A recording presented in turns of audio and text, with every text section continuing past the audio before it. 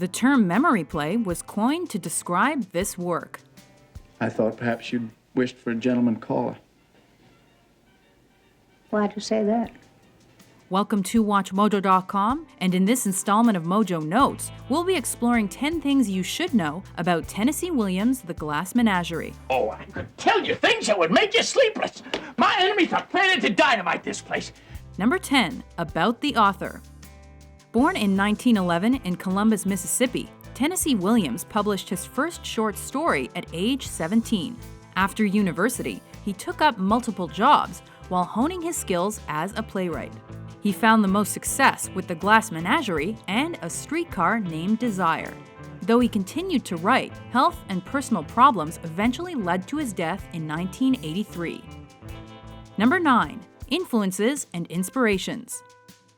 Williams' short story entitled Portrait of a Girl in Glass and screenplay called The Gentleman Caller serve as the two main sources of inspiration for The Glass Menagerie. Williams' own life also loosely shapes this four-character memory play. For instance, the character of Tom is similar to Williams, while Tom's sister Laura was likely inspired by the writer's real-life sister, Rose. Speak to her. She won't to me.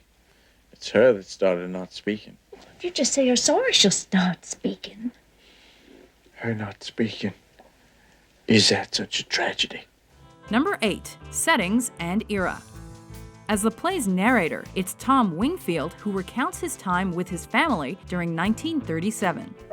The idea of getting a gentleman caller for my sister Laura began to play a more and more important part in my mother's calculations. While he's telling the tale from a future point in time, the main action is based around his memories while living in an apartment in St. Louis. Number 7.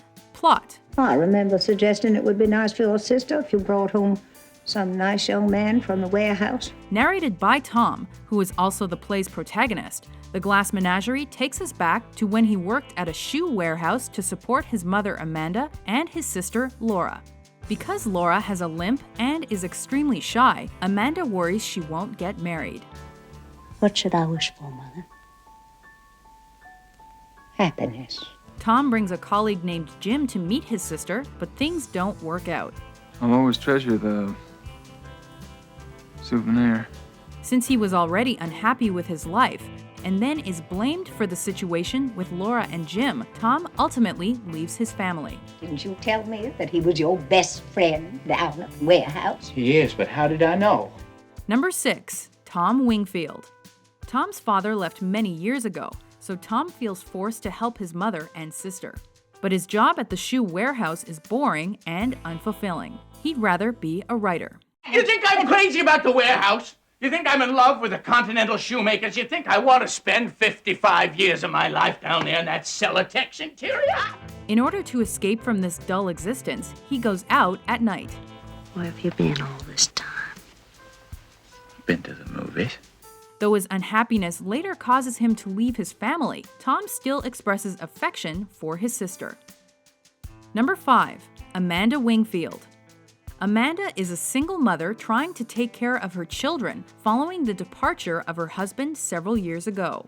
You know, I've had to put up a solitary battle all these years, but you're my right-hand power. Now, don't fail me. Don't fall down. She is infatuated with the past, and especially her time as a Southern belle, because she is unhappy with the present. But she's very much concerned with the future, specifically that of her children, pushing Tom to be more responsible and desiring a husband for Laura. Tell you what I wished for on the moon. Success and happiness for my precious children.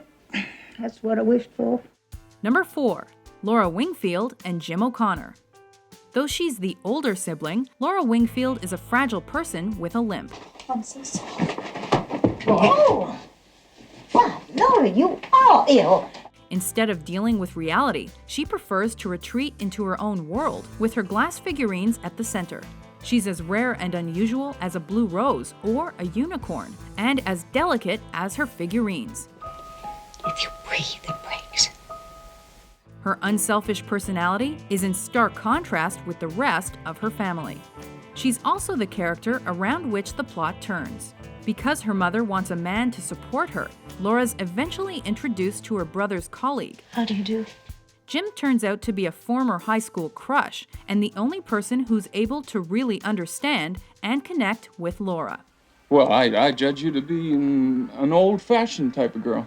I think that's a pretty good type to be. You know, I hope you don't think I'm being too personal with you. However, his engagement to another woman prevents their relationship from progressing any further. I thought I'd explain the situation in case you misunderstood and I hurt your feelings. Number 3, values and themes. The main theme of the Glass Menagerie explores how strongly memories and living in the past can affect people. The play also deals with what it's like to feel trapped, as demonstrated by Tom's unhappiness with his job and living with his family. Why do you go to the movies all the time? I go to the movies, Mother, because I like adventure. Most young men find adventure in their career. And adventure is something you don't get much of at a warehouse. Yet, at the same time, he feels a duty to his family. Other themes dealt with in the play include the effects of denial, the pursuit of dreams, and the roles of gender. Number 2, modern popularity. After finding fans in several critics during its initial Chicago run in 1944, the Glass Menagerie helped Williams earn his first taste of success and paved the way for more success with A Streetcar Named Desire. The play also spawned multiple stage performances and inspired several parodies. You go up with your 17 gentlemen callers.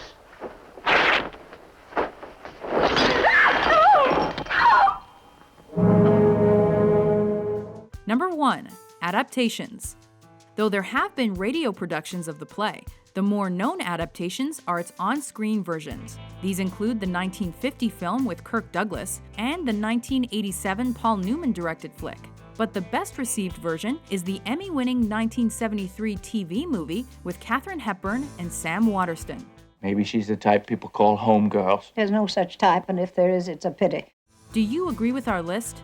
What's your favorite piece of the Glass Menagerie trivia? You know, it doesn't take much intelligence to get yourself into a nailed-up box. For more informative top 10s published every day, be sure to subscribe to WatchMojo.com. I wish you happiness and good fortune.